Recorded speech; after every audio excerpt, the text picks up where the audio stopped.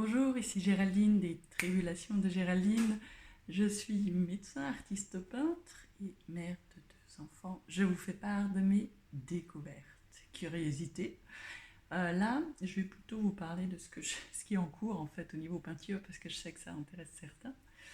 Euh, donc actuellement, je suis en train de peindre un baobab. Et pour ceux qui me connaissent, ce n'est pas une surprise, c'est une habitude. Il fait extrêmement chaud malgré le mois automnal comme nous sommes. Je me permets de me tourner un tout petit peu et de passer à l'ombre. C'est dommage parce que le tableau en cours justement est tellement beau au soleil. Mais moi je ne peux pas rester au soleil. Et donc il est en cours. Hein. Un fameux tableau que je souhaitais... L'idée originale était donc de mettre le ciel dans l'arbre et puis le végétal à l'extérieur, donc dans le ciel. Et donc ça c'est l'idée de base. Et donc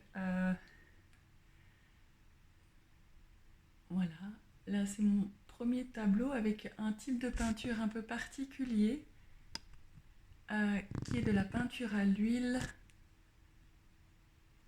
Attendez, comment je peux vous montrer? Ah, un peu flou. Un tableau à l'huile. Ah là, c'est bien. Un tableau à l'huile avec des peintures à l'huile qui sont mélangeables et diluables avec de l'eau. Et donc comme ça, on n'a pas le problème de tous ces solvants et tous ces produits. C'était un peu ça mon challenge. Là, j'avais envie d'essayer cette nouvelle peinture qui s'appelle la peinture Cobra et qui est bien. J'ai dû m'adapter un petit peu. Du coup, je peux diluer soit avec quand même une sorte de solvant, c'est ça, on n'en part pas, on part pas complètement du solvant, ou avec de l'eau. Tout dépend de la vitesse de séchage que je veux atteindre. Et puis, surtout, ce que je trouve intéressant, c'est que souvent je suis flemme au niveau des pinceaux. Et du coup, je maltraite mes pinceaux parce que je les nettoie pas assez bien. Et en fait, simplement un coup d'eau, ils sont propres. Et ça, j'apprécie énormément. Ça, c'est pour moi la garantie d'avoir des pinceaux qui seront beaux. Donc, c'est cool. Donc, ouais, l'acte créateur, quoi.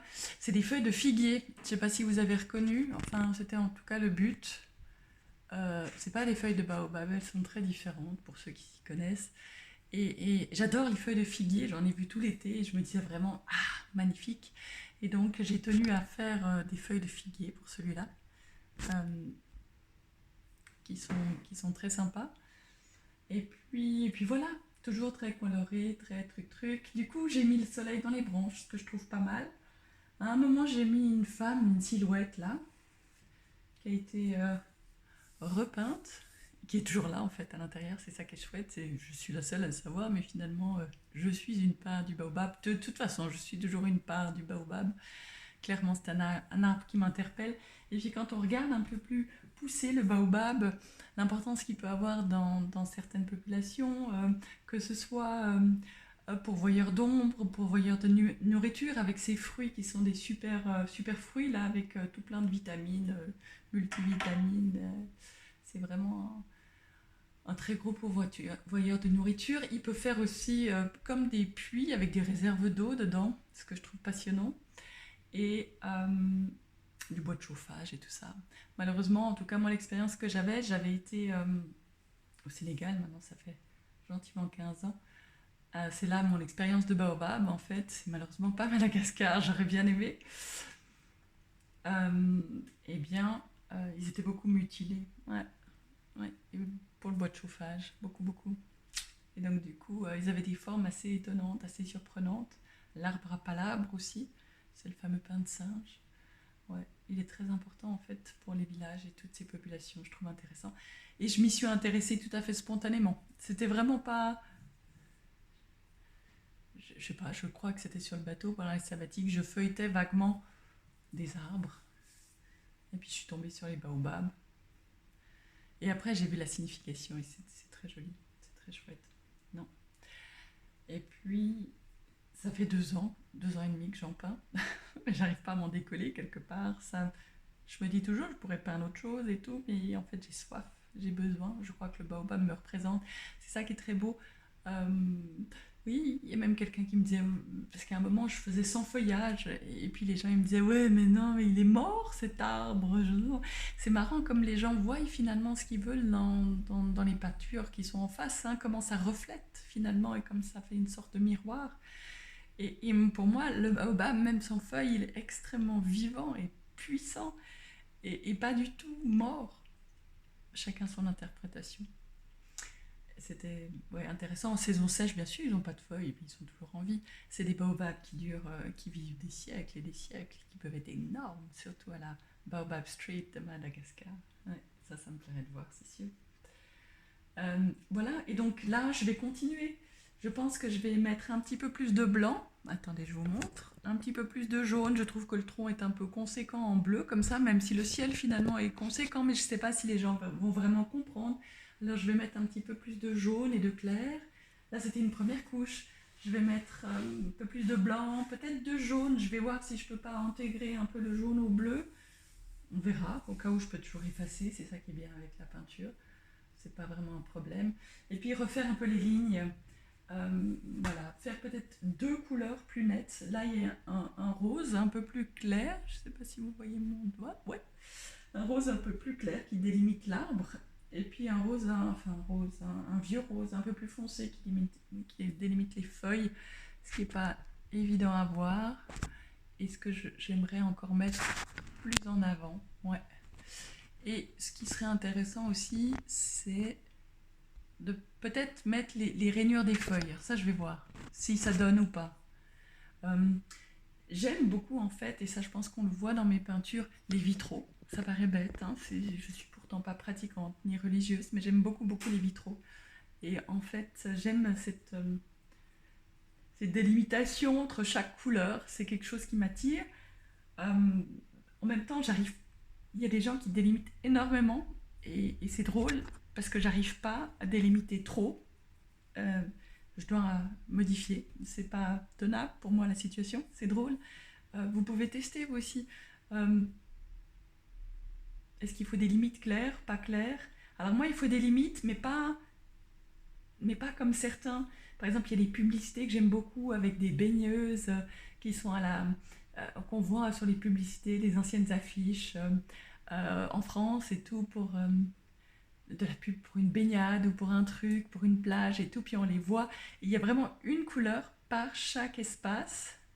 Ça, je trouve très joli, très esthétique, vraiment pour l'œil.